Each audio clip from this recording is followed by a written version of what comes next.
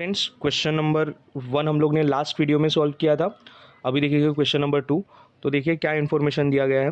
तो standard time and rate for units components are given below. Standard hours to produce 1 unit 15 hours. Standard rate कितना दिया है तो 4 per hour. अभी actual data related to information are is under actual production 1000 units, actual hours 15,800 hours, actual rate कितना दिया है 3.90 per hour. अभी बोला है calculate labour cost variance, labour rate variance, labour efficiency variance. Statement of, अभी हम लोग आंसर में बनाएंगे स्टेटमेंट ऑफ स्टैंडर्ड कॉस्टिंग। तो किस तरीके से बनाएंगे, स्टैंडर्ड एंड एक्चुअल दोनों इन्फॉर्मेशन दिया रहेगा। मैंने पहले ही बोला था कि जब भी हम लोग क्वेश्चन में पढ़ के उसका सॉल्यूशन बनाएंगे तो सबसे पहले हम लोग एक्चुअल के डिटेल्स लिख देंगे। तो देखिए एक्चुअल में कितने यूनिट्स हैं, तो एक्चुअल में प्रोड्यूस कर रहा हूँ 1000 यूनिट्स, तो मैंने 1000 यूनिट्स आउटपुट में लिख दिया। नेक्स्ट, टू प्रोड्यूस 1000 यूनिट्स हम लोग को आवर्स कितना लग रहा है 15,800। तो 15,800 उसका पर आवर का रेट क्या है तो 3.90। तो 15,800 3.90 दोनों को मल्टीप्लाई करेंगे तो वी विल गेट 16,620। तो ये मेरा एक्चुअल का इन्फॉर्मेशन कंप्लीट हो गया। अभी देखो जिस तरीके से एक्चुअल का इन्फॉर्मेशन लिखा है उसी तरीके से मुझे स्टैंडर्ड का इन्फॉर्मेशन लिखना है, बट स्टैंडर्ड का हमेशा कंपैरिजन इक्वल होना चाहिए। मुझे बताओ 1000 यूनिट्स यहाँ प्रोड्यूस हो रहा है, बट यहाँ कितना प्रोड्यूस हुआ है तो यहाँ जो डिटेल दिया है वो 1 यूनिट्स का दिया है। तो कहना है से उसको मुझे कन्वर्ट करना पड़ेगा 1000 यूनिट्स में।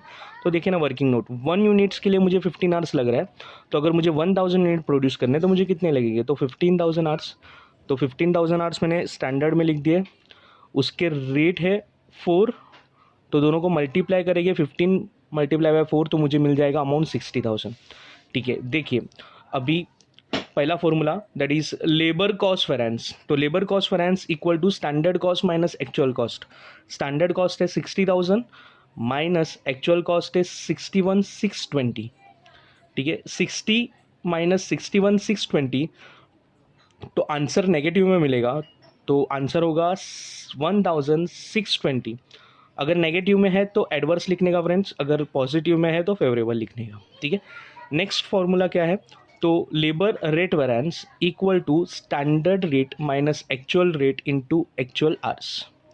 स्टैंडर्ड रेट कितना है तो ऊपर से टेबल में से मिलेगा मुझे दैट इज 4, तो मैंने 4 लिख दिया। Next actual hours, actual rate कितना है तो 3.90, तो 3.90 मैंने लिख दिया। नेक्स्ट एक्चुअल आवर्स कितने हैं तो 15,800, तो 4 माइनस 3.90 तो I will get 1.10 multiply by 15,800 तो आंसर विल बी 1,580। मुझे बताओ फेवरेबल में मिलेगा because 4 minus 3.9 and answer positive में आएगा, तो 1,580 favourable. Next labour efficiency variance. तो लेबर एफिशिएंसी वेरिएंस का फॉर्मूला क्या है, standard hours minus actual hours into standard rate. Standard hours कितना है तो मुझे ऊपर से मिलेगा standard hours 15 and actual hours 15,800। तो 15,800 माइनस 15,000 माइनस 15,800 मल्टीप्लाई बाय 4 तो आंसर विल बी 3,200। ओके, अभी 3,200 इन एडवर्स, एडवर्स कैसे आया सर तो 15,000 माइनस 15,800 आएगा, तो answer will be in negative, negative multiply by 4,000 तो आंसर विल बी 3,200 एडवर्स। अभी वेरिफिकेशन किस तरीके से होगा तो labour cost variance is equal to labour rate variance plus labour efficiency variance.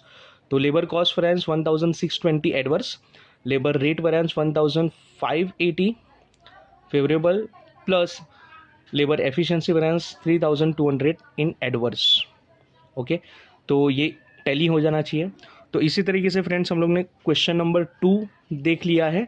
नीचे कमेंट बॉक्स पे डिस्क्रिप्शन में आपको पास्ट ईयर के कुछ पेपर्स मिलेंगे, कुछ क्वेश्चंस मिलेंगे, तो वो क्वेश्चन एग्जाम के पहले प्लीज़ सॉल्व करके जाना। Thank you so much for watching this video.